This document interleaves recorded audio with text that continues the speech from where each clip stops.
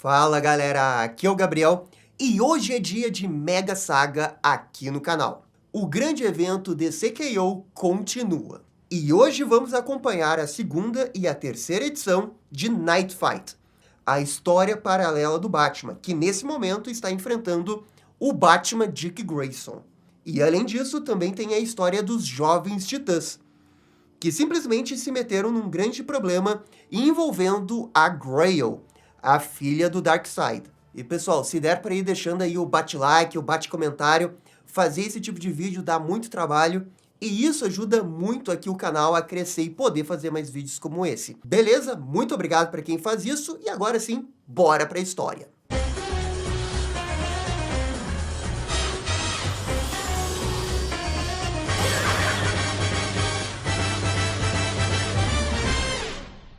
Então, só lembrando que nessa HQ do Night Fight, o Batman, depois de perder esse torneio, conseguiu se livrar daquele modo estátua de pedra e acabou caindo nessa realidade alternativa, uma Gotham futurista, na qual é controlada pelo Batman Dick Grayson, e todo esse lugar aqui é construído pelo Coração de Apocalipse. Na Gotham futurista controlada pelo Dick, Batman reflete sobre como também teve um tempo em que achava que a Gotham era dele, mas hoje percebe que a cidade não pertence a ninguém. Esse Dick Grayson ainda não aprendeu essa lição. Ele transformou a cidade num campo de treinamento para Robins. Ao mesmo tempo, a armadura da Caixa Materna conversa com o Batman, mas o herói ignora, pois, nesse momento, ele está lutando pela vida contra Dick.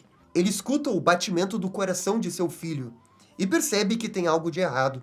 O morcego se livra do ex-Asa Noturna e entende pelo batimento do coração que esse mundo é uma mentira. O batimento do coração do Dick Grayson não condiz com a idade que ele deveria ter. E só nisso daqui o Batman já percebeu que o mundo é falso. Ah, o maior detetive do mundo. O Dick Batman fala que o Bruce precisa confiar nele.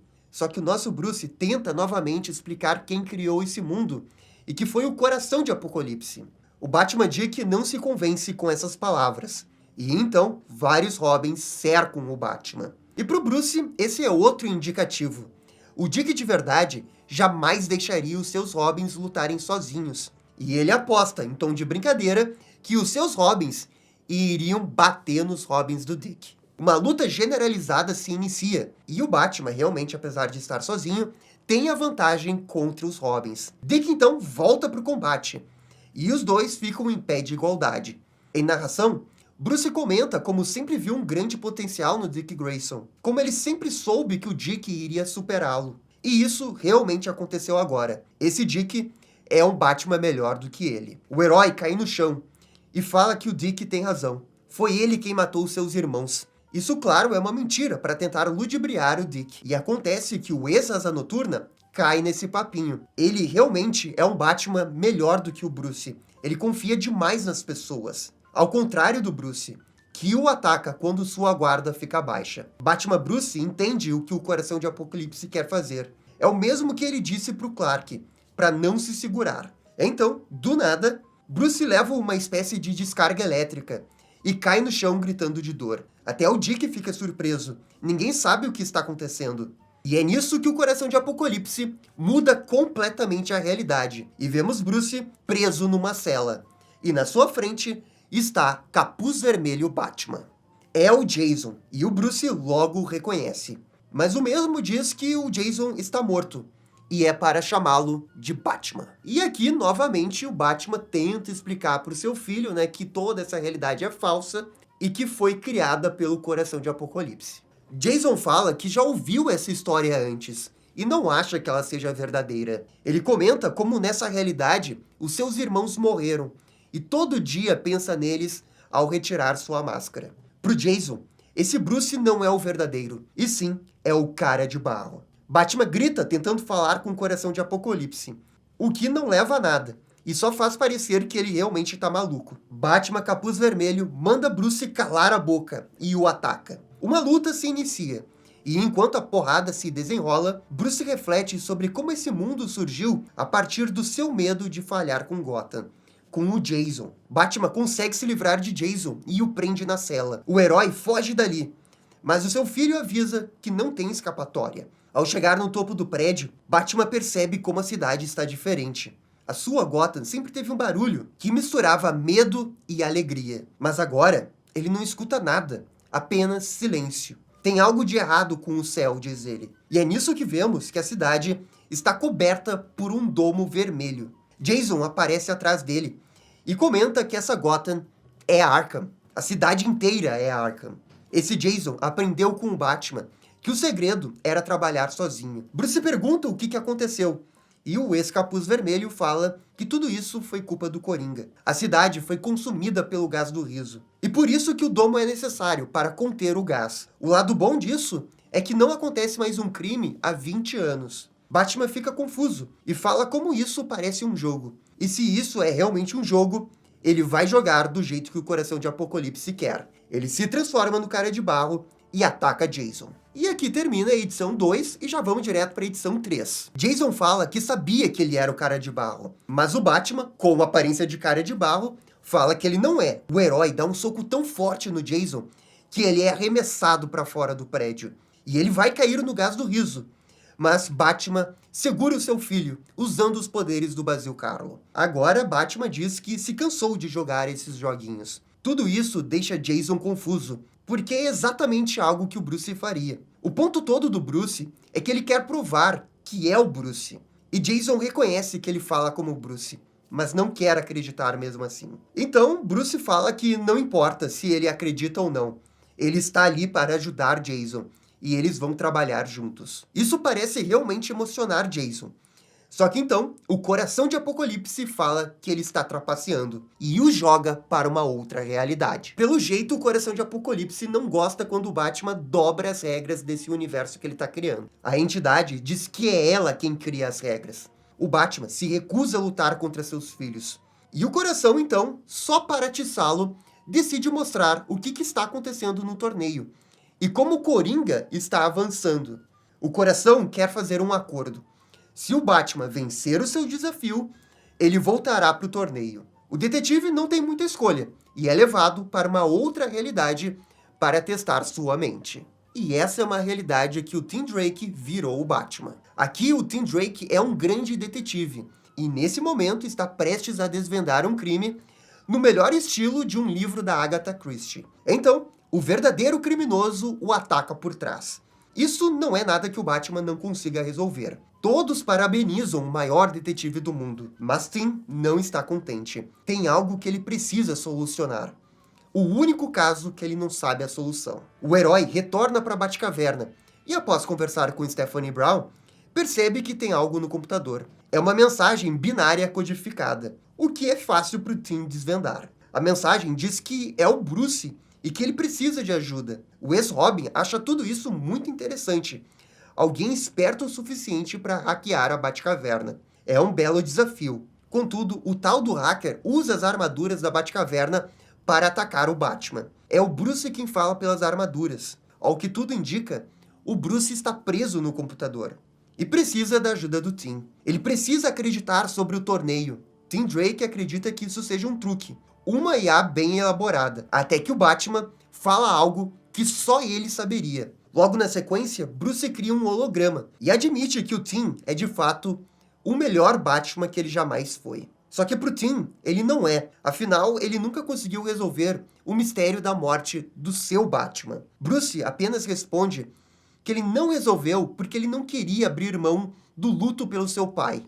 Tim finalmente admite a verdade, e é que ele queria resolver um último caso com o Bruce. E é exatamente o que o nosso Batman pretende fazer, ajudá-lo a resolver esse mistério. Com uma pequena dica do Bruce, Tim descobre quem é o assassino de seu Batman. Pela primeira vez em anos, esse Tim sorri com a possibilidade de prender o assassino ao lado do Batman. Mas, novamente, o Coração de Apocalipse puxa o Batman daquela realidade. Ele trapaceou novamente, para a tristeza do Tim Drake, que fica novamente sozinho. O Bruce é arremessado em diversas realidades, com a Stephanie Brown, Signal, Tim Fox, Jean Paul Valley, Cassandra Cain e Bárbara Gordon. Até que ele acorda numa nova realidade, e bem mais velho. Ao olhar pela janela, Bruce encontra uma Gotham radiante e sem crimes. surge uma voz que vem da porta e diz que é porque eu salvei Gotham, pai. Quem disse isso foi Damian Wayne.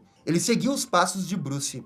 E agora Gotham não precisa de um Batman. Damian é esperto o suficiente para perceber que essa realidade não é verdadeira. Ele vê os furos. Damian sabe que esse Bruce é real e diz que irá ajudá-lo a escapar. Mas primeiro, queria introduzir alguém a ele.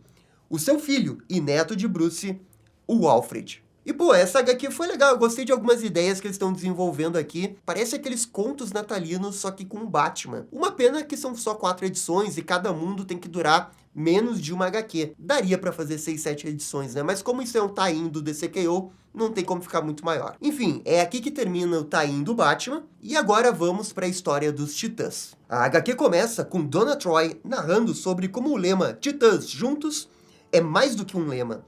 É uma filosofia. Só que nesse momento, os Titãs não estão mais juntos. A Estelar voltou para Tamarã, após escoltar as naves com a população da Terra. O Mutano está com a Patrulha do Destino, em missões para proteger humanos em Nova Centauri.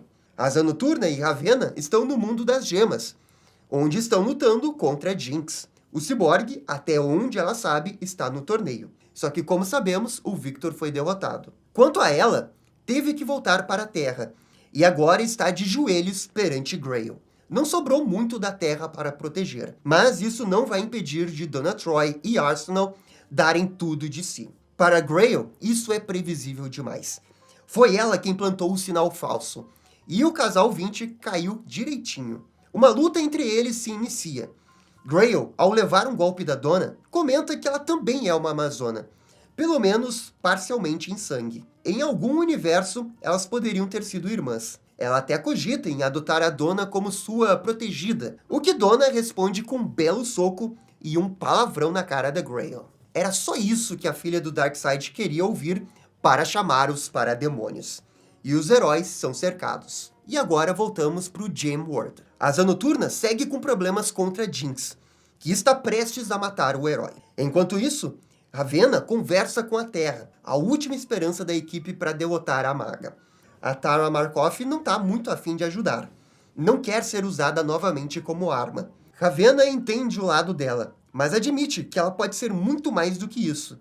Contudo, é preciso provar, dar uma razão para isso. De volta à Terra, Arsenal, no meio da confusão, acha que é um bom momento para discutir a situação do casal. Ele vê que talvez não tenha outra chance. Mas se isso acabar hoje, está feliz que seja ao lado da Donna Troy. A Grail fica comovida com esse discurso e dispara uma rajada no Arsenal, que o acerta em cheio. No Gem World, Ravena chega na hora certa para salvar Dick. O problema é que nem mesmo a Rachel é poderosa o suficiente para derrotar Jinx. E assim, ela também é derrotada. É então que chega o reforço.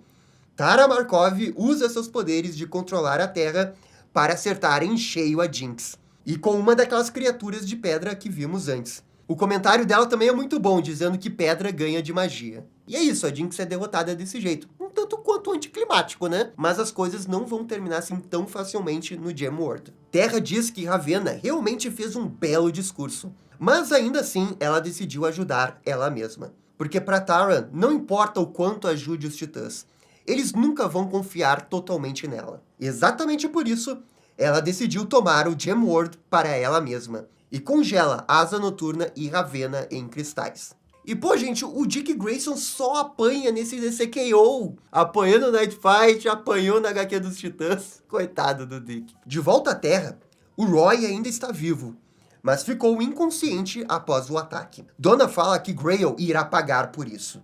Ela realmente se mostra resiliente, uma verdadeira guerreira que não desiste. E isso até impressiona a Grail. A luta entre elas se intensifica, mas nesse meio tempo, o Roy é pego pelos parademônios e levado para longe. Grail está disposta a fazer um acordo. Ela quer que Donna a ajude a preparar o glorioso retorno de Darkseid, ou senão, o namorado dela morrerá. Então, gente, essas foram as HQs do DCKO até o momento. Como eu disse, o tie-in do Batman tá bem interessante. Gostei dessa edição vendo o Jason, o Tim e o Damon. Só que fica aquela sensação que dava para desenvolver mais as ideias dentro de cada mundo. Mas ainda tem mais uma edição, vamos ver como as coisas terminam. E aqui nos Titãs é a dúvida quanto à Terra. Porque pelo que a gente viu nas prévias das próximas edições, a Terra vai fazer parte da formação dos novos Titãs. Então eu quero ver como que eles vão realmente trazer a Terra, né? E a Grail é sempre legal ver essa personagem que quase nunca aparece, mas eu acho que ela é uma boa vilã que tem a ver com Jovens Titãs. Acho que é legal ter a Grail nessa HQ aqui. É uma história bem simples, mas ela é divertida. Confesso que eu me divirto. Enfim, gente, muito obrigado por assistir o vídeo até o final. Eu fico por aqui e até a próxima edição do DCKO. Tchau, tchau, gente. E dá-lhe DC. E esse foi o vídeo da saga DCKO. E aí, gostaram? Não gostaram? Deixem suas opiniões nos comentários. E se curtiram o vídeo, deixe aquele joinha e inscreva-se no canal para ficar sabendo absolutamente tudo sobre Batman. Obrigado, gente, e até a próxima. Tchau, tchau.